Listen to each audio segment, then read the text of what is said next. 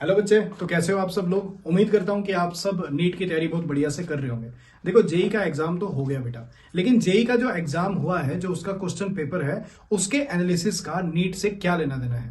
देखो, सिंपल सी बात है बेटा, आपके जेई का पेपर और नीट का पेपर, दोनों का पेपर जो है एनटीए सेट करता है। अब जेई का पेपर तो हो गया है, तो जेई के पेपर में भी एनसीईआरटी से ही आ रहा है ना। तो मतलब हम एनालाइज कर सकते हैं, प्रिडिक्ट भी कर सकते हैं कि नीट का लेवल क्या रहेगा। तो आज की वीडियो में मैं सिंपली आपको बताऊंगा। और सबसे बड़ा सवाल बच्चों का है कि आउट ऑफ सिलेबस जो है क्वेश्चन पूछा गया या नहीं पूछा गया। जैसे कि आपने हाल ही में देखा, एनटीए ने या जो न्यू एनसीईआरटी आई है उसमें बहुत सारा सिलेबस जो है वो डिलीट हुआ है। और बहुत सारे टीचर्स का यह कहना था कि जो डिलीटेड है पोर्शन वो इंपॉर्टेंट है और ऐसा बिल्कुल नहीं हो सकता कि एनटीए जो है उन चैप्टर से क्वेश्चन ना डाले। तो आपको इस वीडियो में एंड तक बने रहना है और आपको हर सवाल का जवाब मिल जाएगा। तो आज का जो हम एनालिसिस डाल रहे हैं ये जेई के पेपर का, देखो क्वेश्चन पेपर तो मैं आपको नहीं दिखाने वाला, क्योंकि ये जो है हम बायो के रिगार्डिंग चैनल है हमारा, और साथ में जो नीट की पर्सपेक्ट से हम ये वीडियो बना रहे हैं, तो हमने सिर्फ इतना एनालिसिस देखना है जेई का, जिससे कि हमको नीट में हेल्प मिले। तो आज की वीडियो में आपको क्या क्या मिलेगा। सबसे पहला सवाल हमारे सामने आता है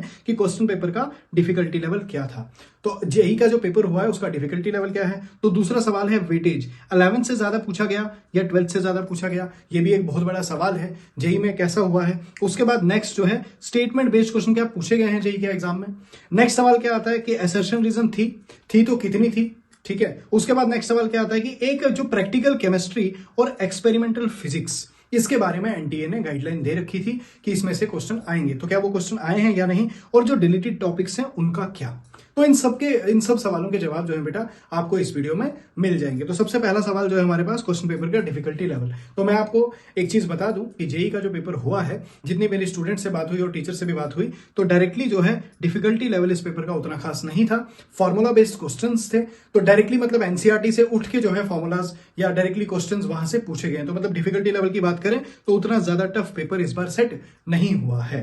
तो नेक्स्ट अगर बात करें वेटेज की, तो हमेशा जो है 11th का ज्यादा जो प्रोपोर्शन होता है 11th ज्यादा आती है 12th से। तो इस बार भी वैसा हुआ है कि 11th ज्यादा आई है। अब ऐसा क्यों होता है, क्योंकि आपको पता है कि 11th में जो सिलेबस होता है वो थोड़ा ज्यादा होता है। और स्टेटमेंट बेस्ड क्वेश्चन की अगर मैं बात करूं तो फिजिक्स में भी 3 से 4, केमिस्ट्री में भी 3 से 4, मैथ्स में तो उतने खास नहीं, लेकिन स्टेटमेंट बेस्ड क्वेश्चन बेटा पूछे गए हैं। मतलब नीट में भी स्टेटमेंट बेस्ड क्वेश्चन आएंगे ही आएंगे। तो आपने रोज क्या करना है, स्टेटमेंट बेस्ड क्वेश्चन लगाने हैं। जैसे कि मैं हर बार कहता हूं कि जैसे ही आपका कोई चैप्टर कंप्लीट होता है तो उसके टॉपिक वाइज आपने 5-5 स्टेटमेंट बेस्ड क्वेश्चन लगाने हैं।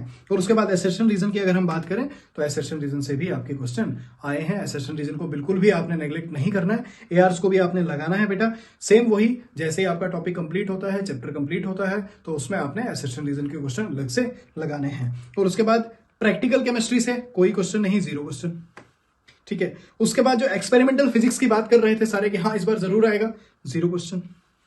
तो कोई जरूरत नहीं है इन सब चीजों को करने की, फालतू की चीजों, फालतू के रूमर्स में आपको भटकने की। और जो डिलीटेड टॉपिक, ये सबसे बड़ा पॉइंट था। काफी ज्यादा बड़े बड़े टीचर्स ने आके कहा था कि डिलीटेड टॉपिक जो है वो इंपॉर्टेंट है, वहां से क्वेश्चन आएगा। पहले भी अगर आप मेरी वीडियोस देखोगे, मैंने आपको स्टार्टिंग में ही कहा था कि अगर जो डिलीट है वहां से क्वेश्चन डालना तो बेवकूफी है, वहां से क्वेश्चन नहीं आएगा। और वैसा ही हुआ, डिलीटेड टॉपिक से एक भी क्वेश्चन आपका नहीं आया, ठीक है। तो मतलब जो बायो में चैप्टर डिलीट हुए हैं, तो क्या सर हम उन्हें देखें? अगर अभी भी आप उन्हें देखोगे तो आप बेवकूफ हो बेटा, उनको बिल्कुल भी नहीं देखना। जो डिलीटेड है वहां से क्वेश्चन नहीं आएंगे। तो इस पूरे एनालिसिस से हमें नीट में क्या हेल्प मिलेगी? नीट में हमें डायरेक्टली हेल्प ये मिल रही है कि पेपर जो है एनसीईआरटी के बाहर बिल्कुल नहीं है, एनसीईआरटी से ही पेपर आ रहा है। जैसा पेपर का लेवल था वैसा ही है, कोई बहुत ज्यादा टफ पेपर नहीं सेट हुआ है। स्टेटमेंट बेस्ड क्वेश्चन आपने लगाने हैं। बायो में आपको पता है, देखो फिजिक्स केमिस्ट्री में उतनी स्टेटमेंट बेस्ड नहीं बनते, बायो में बनेंगे बेटा। असर्शन रीजन बायो में ज्यादा बनेंगे, है ना। थियोरेटिकल वाला पोर्शन ज्यादा है नीट वालों के लिए, तो आपको एआर बहुत ज्यादा करने पड़ेंगे।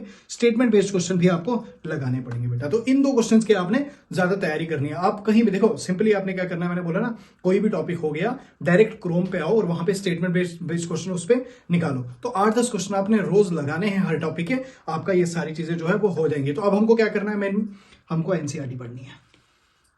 हमको एनसीईआरटी पढ़नी है, रट लो एनसीईआरटी की एक एक लाइन को, ठीक है। एनसीईआरटी पढ़नी है। जैसे ही एनसीईआरटी से मान के चलो आपने एनसीईआरटी से कोई एक चैप्टर कंप्लीट किया, एनसीईआरटी के बाद, ठीक है, एनसीईआरटी हो गई, ठीक है सर।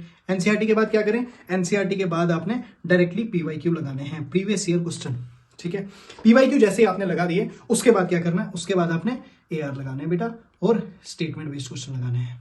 ये 2 चीजें आपको जरूर करनी है बच्चे, और ज्यादा फालतू के रूमर्स में नहीं जाना है। आपका पेपर काफी इजी आएगा नीट का भी, अभी बता रहा हूं, नीट का पेपर भी इजी आएगा। स्टेटमेंट बेस्ड, असर्शन रीजन और एनसीईआरटी रीडिंग जिसने अच्छे से की होगी उसी का सिलेक्शन होगा। और एनसीईआरटी में आपने क्या क्या चीजें स्किप नहीं करनी है पहले भी बता चुका हूं। समरी को कोई स्किप ना करे, समरी को गलती से भी कोई स्किप ना करे बेटा, समरी आपने पढ़ के जानी है। साथ में एक्सरसाइज में जो क्वेश्चंस होते हैं, एक्सरसाइज में जो एमसीक्यू होते हैं, आपके एमसीक्यू आ जाते हैं। और क्या क्या यहाँ पे फिलअप है, ठीक है, फिलअप है, एमसीक्यू है, मैच दी फॉलोइंग है, आपने वो सारे एक्सरसाइजेस के करके जाने हैं। ठीक है बच्चे, तो बढ़िया से तैयारी करो, फालतू की चीजों में मत फंसो, जो रिलेटेड है वो बिल्कुल नहीं आएगा। Best of luck.